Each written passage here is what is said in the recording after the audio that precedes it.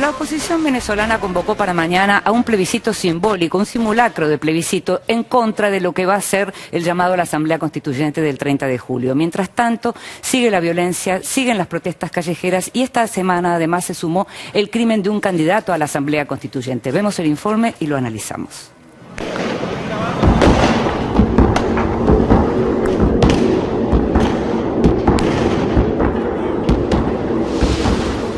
Cada hora que pasa en Venezuela parece alejarse un paso más de la esperada solución a la crisis política, económica y social que la divide. Horas antes de la consulta convocada por la oposición para rechazar la Asamblea Constituyente que convoca el gobierno de Nicolás Maduro, el crimen de un candidato oficialista a convencional constituyente, José Luis Rivas Aranguren, durante un acto en el estado de Aragua, sumó una nueva víctima a la escalada de violencia que en los últimos 3 meses ya dejó cerca de 100 muertos y miles de heridos. En medio de ese escenario de enfrentamientos, la oposición convocó a una consulta al margen de las autoridades electorales para que unos 20 millones de electores se expresen sobre la Asamblea Constituyente que impulsa Maduro. Este 16 de julio todos los venezolanos en ríos y mares de millones de voluntades le digamos al régimen que se le acabó el tiempo de opresión, de injusticias, de engaños y de tanta corrupción.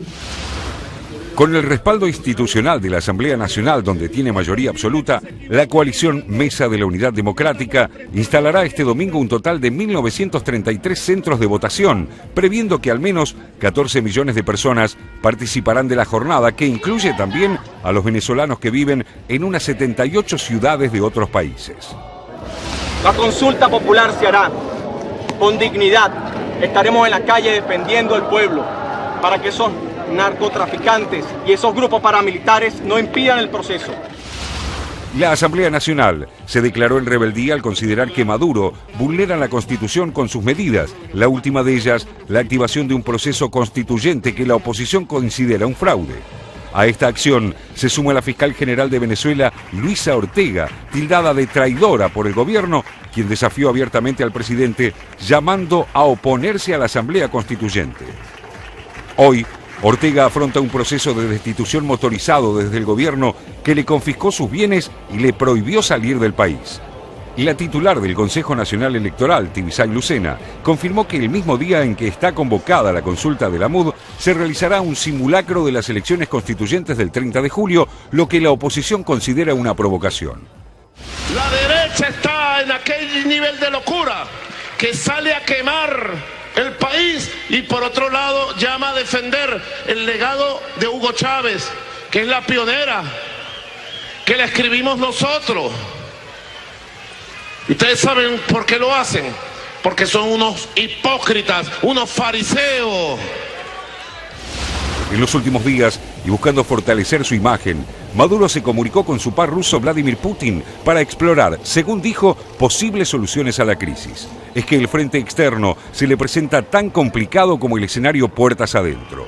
El alto comisionado para los derechos humanos de la ONU, Rupert Colville, señaló como profundamente preocupante el proceso de enjuiciamiento a la fiscal Ortega Díaz, así como la situación social y la creciente violencia.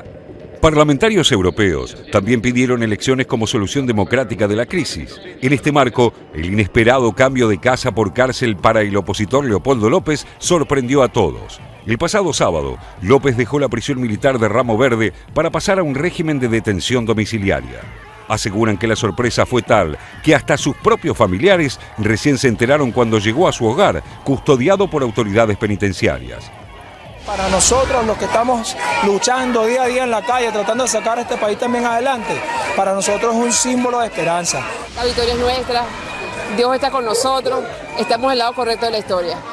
Las razones para este cambio de postura, en el que habría incidido el ex jefe de gobierno español, José Luis Rodríguez Zapatero, permanecen en el terreno de las conjeturas, sobre todo teniendo en cuenta que el propio Diosdado Cabello, hombre fuerte del gobierno, había ratificado públicamente que la condena impuesta al dirigente opositor, 13 años y 9 meses, sería cumplida en su totalidad. Con el expresidente Zapatero, reafirmó el mensaje de que lo que va a pasar el 16 de julio va a definir el destino de este país y que todos los venezolanos estamos en la obligación de hacer cumplir ese mandato y por supuesto Leopoldo le ratificó que él va a hacer todo lo que está a su disposición para hacer cumplir ese mandato. López estaba detenido desde febrero de 2014, condenado por supuestos crímenes, daños a la propiedad e incitación al terrorismo. Los más optimistas sostienen que esta acción podría iniciar un proceso de diálogo y cierta apertura política, mientras que otros dicen que solo se trata de un maquillaje del gobierno para aplacar ánimos.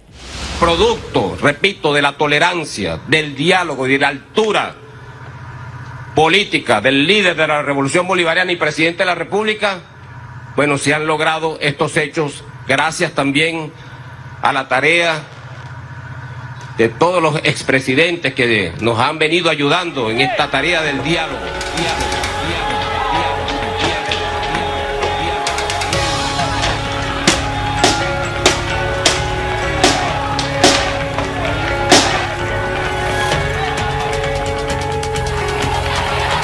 Según un relevamiento de Amnistía Internacional, los ataques contra la población y los discursos oficiales incitando a la violencia indican una política premeditada contra cualquier forma de disidencia.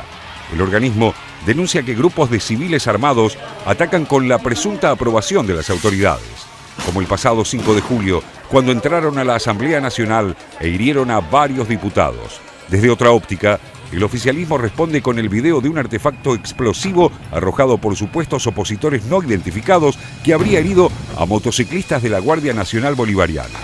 Distintas imágenes de la violencia para un país quebrado.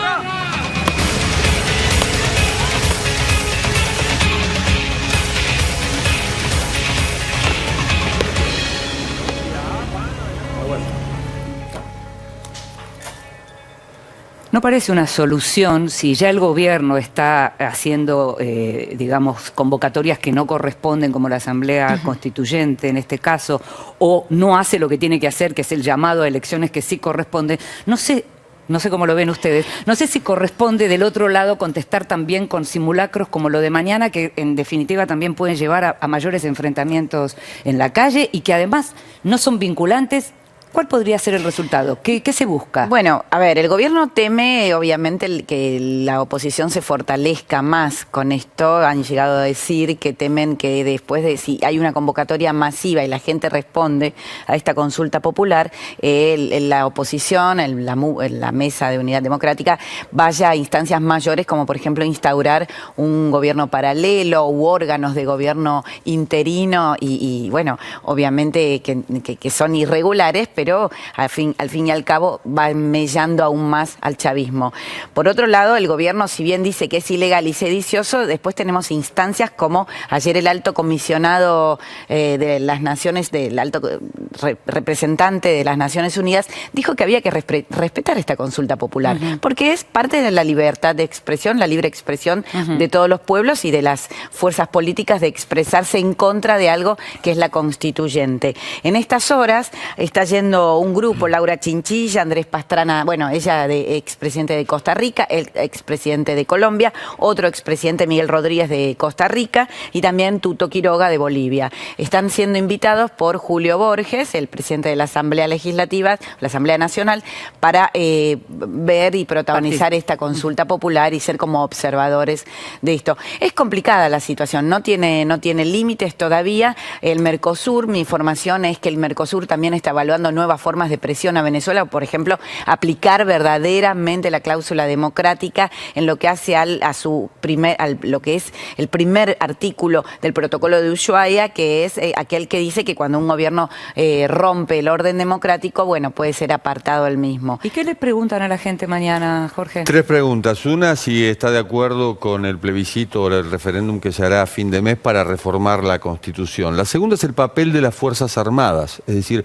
cómo ven el papel de las Fuerzas Armadas. Y la tercera, si la gente está dispuesta a una renovación de los poderes públicos, lo cual dice si la gente está dispuesta en este momento a que haya elecciones. Hay un punto que aclarar en cuanto a la constituyente. No es que se vota el 30 y se terminó. La constituyente a Chávez, por ejemplo, en el año 1999 le llevó 10 meses de redacción, es decir, redactar una nueva constitución. En este caso podría demorar 2 años. Mientras se redacta esa nueva constitución elección, ¿se convocará a las elecciones a las que no se convocó a fines del año pasado? ¿O se declarará nuevamente la emergencia económica, que es la carta con la cual Maduro sigue postergando el llamado a elecciones? Eso es en términos políticos las preguntas que nos hacemos. Sí. En términos de derechos humanos, lo que estamos viendo también es cómo se agudizan cuestiones. Veíamos el crimen de un asambleísta, de un candidato a la Asamblea Constituyente, y seguimos, chavista en este caso, y seguimos viendo represión. Sí. Es represión, sin duda, lo denuncian los organismos internacionales, incluso, el digamos, informe de los más... Amnistía esta semana es demoledor. Es contundente en este sentido. Sí, yo pensando un poco la cuestión de las elecciones, es bastante insólito lo que pasa en Venezuela. Uno no puede reírse porque es trágico. Al mismo tiempo hay muchos muertos, entonces no corresponde tomárselo en chiste, digamos. Pero es como que hay dos bandos y cada uno tiene sus propias elecciones. El chavismo tiene su Asamblea Constituyente, donde solo votarán los chavistas, y la oposición convocó a este plebiscito, que tampoco figura, o que, digamos, no figura en ningún ordenamiento legal, ni de la Constitución, ni de las leyes de Venezuela, donde solo votarán los opositores. El problema es que las elecciones tienen sentido cuando los dos bandos dirimen sus diferencias en elecciones, no cuando cada bando convoca su elección para ganarla, digamos. Entonces no son elecciones, ni la constituyente chavista, ni lo que se va a votar mañana son elecciones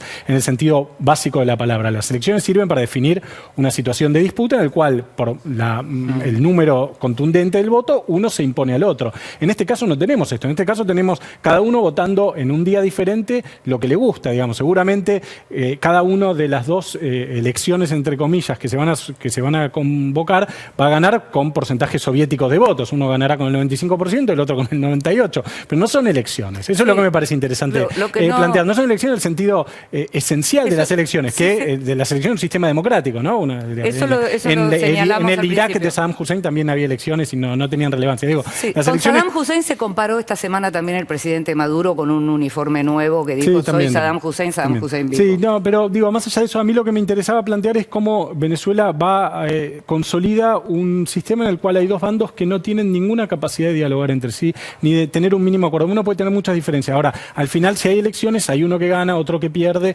y eso es lo que define la suerte de un gobierno, una oposición, un sistema democrático. Acá estamos digo, más allá de la responsabilidad, que lo hemos hablado 50 veces en este programa, en un momento en el cual cada bando está convocando a su propia elección. Sí, pero eso en términos políticos. En términos de poder de fuego no están iguales. Y eso es lo que estamos viendo. En términos de poder de fuego, no están iguales. No, de todos modos, no están iguales. Hay un gobierno y hay alguien que tiene el uso de la violencia física legítima. Sí. Hay una oposición que tiene menos poder de fuego, que también tiene poder de fuego, porque esta semana mataron a un asambleísta chavista, digamos. Hay poder de fuego de los dos lados. Del lado oficial hay más, por supuesto. Hay mucho más porque mantienen bajo control la Fuerza Armada y la represión, y el Ejército. aunque no termine en muerte, la represión a los chicos más jóvenes y peleas en los hospitales donde son los propios médicos los que dicen no se lo pueden llevar porque lo estamos atendiendo, esas denuncias están a la orden del día. Por supuesto, el informe de Amnistía sobre la violación a los derechos humanos en Venezuela en esta semana fue muy contundente. Muy dramático. Nos estamos yendo a un nuevo corte, ya volvemos. Cuando regresemos...